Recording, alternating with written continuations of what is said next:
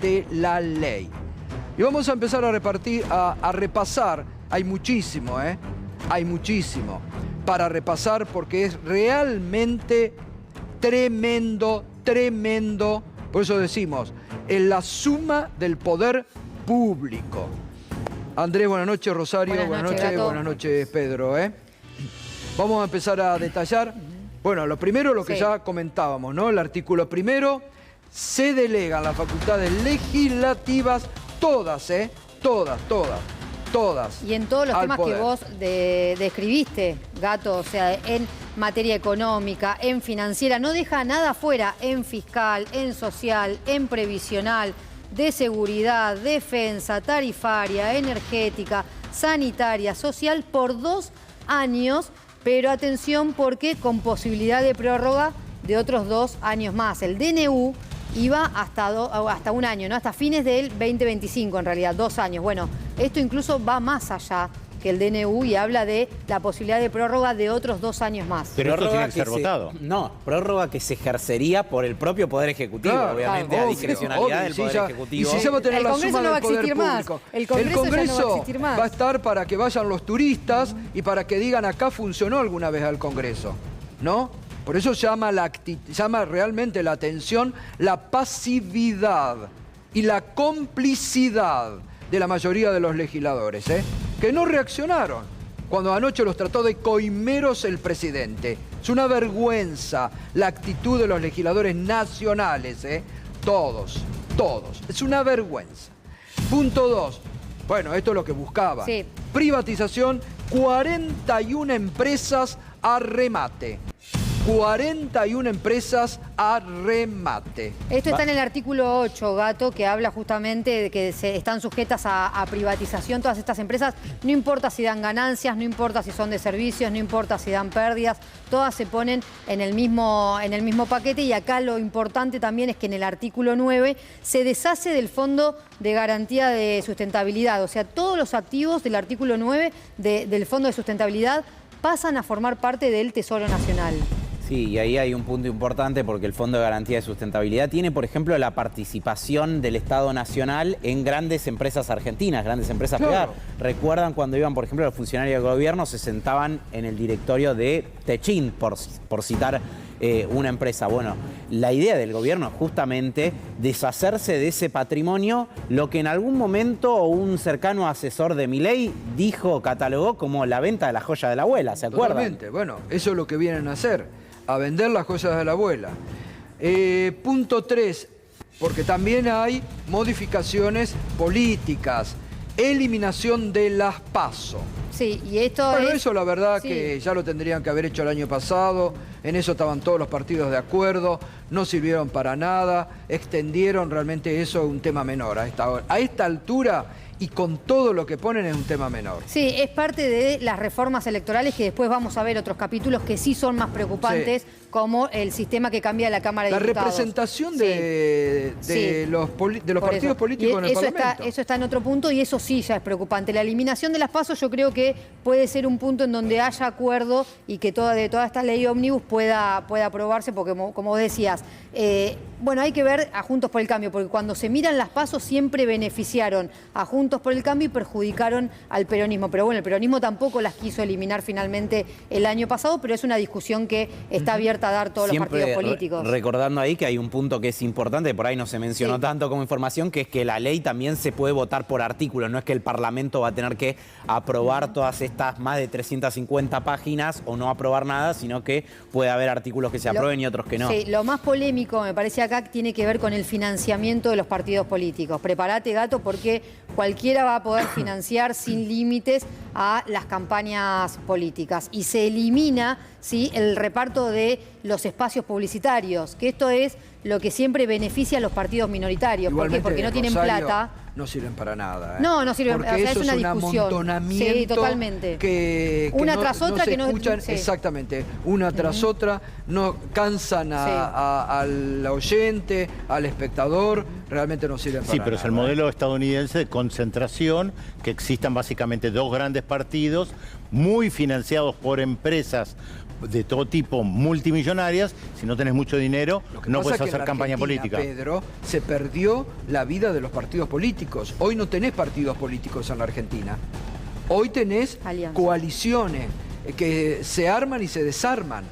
Pero acá lo que sería muy importante volver a los partidos políticos fuertes de la Argentina. Bueno, pero esta reforma... Y que tengan su vida interna política fuerte. Esta reforma justamente plantea eliminar la posibilidad de que los partidos minoritarios ingresen al Congreso de la Nación. Así directamente. Por el financiamiento y también por el artículo que vamos a ver, claro, exactamente. O sea, terminan perdiendo las minorías en esta Esto se hace en reforma. muchos países, que tenés un piso altísimo. En Alemania creo que es el 10% para poder entrar al Parlamento, si no, no entrás. Bueno, está tomado mucho del modelo norteamericano y esto que quiere hacer la monarquía liberal de Milei y del modelo británico, ¿no? Da todo ahí el martillo. La toga y el martillo. Ve La compra-venta de... Tiene mucho Hollywood. A mí me sorprendió hoy la compra-venta permitida de entradas. Sí, la reventa. La reventa.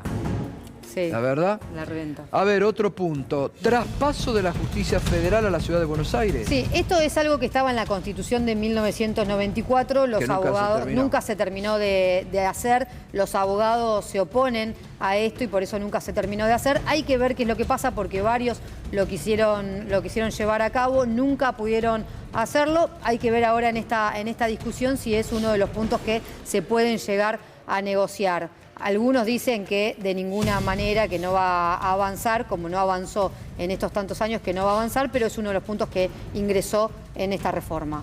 Esto es a pedir del rey del endeudamiento argentino, el señor Toto Caputo.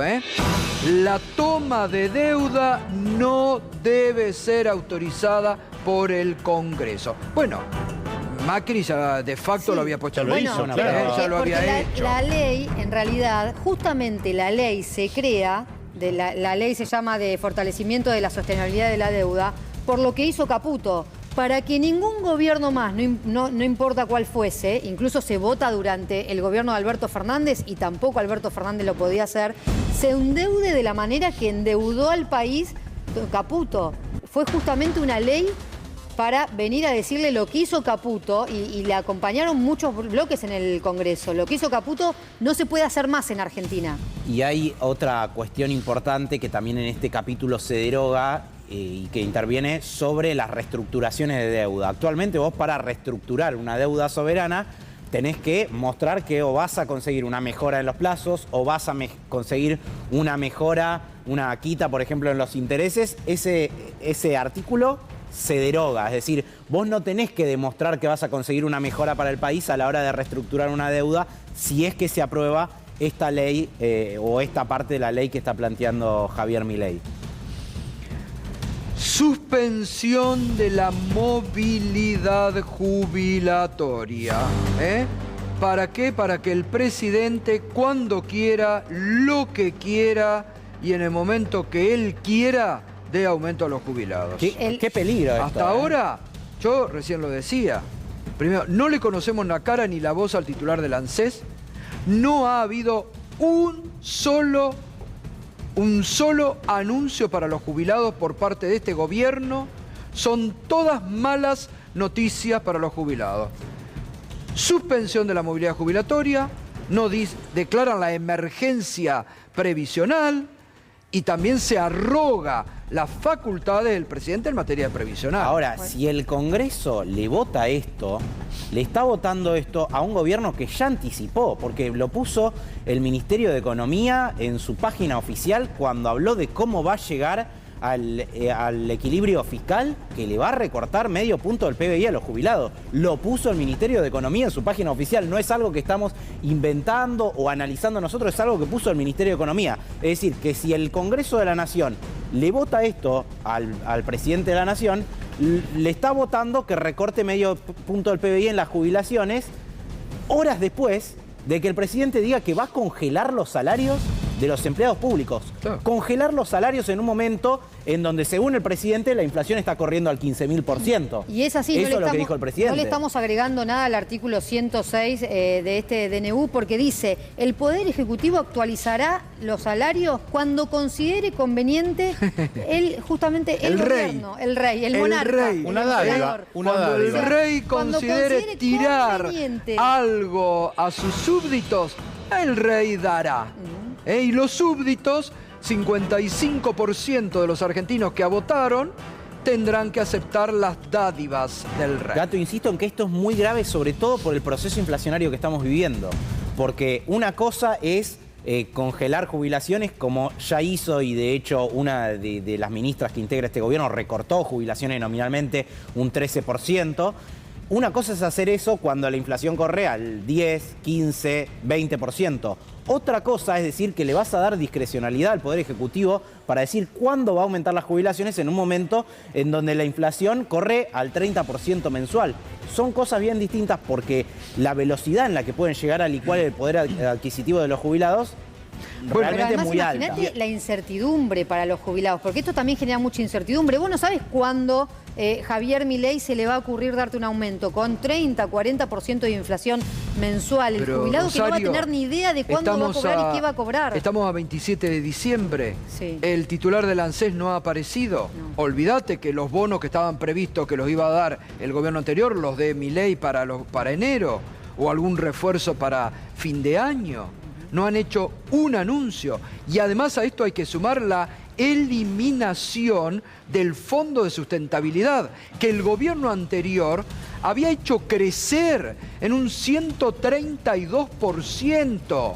Y lo criticaban al gobierno anterior cuando revalorizaba ese fondo. Y ahora lo liquidan, lo pasan a degüello. Lo mandan al Tesoro para licuarlo y para que el monarca tenga más guita para discrecionalmente utilizarlo. Detrás de eso también, por supuesto, lo que está es, ¿qué es la idea rectora de este gobierno? Que es la vuelta de las AFJP. Por supuesto que está detrás de eso. Bueno, lo dijo Javier Milei, que quiere que vuelva, bajo su concepción de que todo lo privado es mejor que lo público, quiere que vuelvan las AFJP. Está clarísimo eso. Nada nuevo, porque aquí lo advertimos. Nada nuevo para nosotros. Acusaban de campaña del miedo los medios del macrismo, mileísmo. El terror se está instaurando ahora en la Argentina, porque quieren gobernar en base al terror en la Argentina.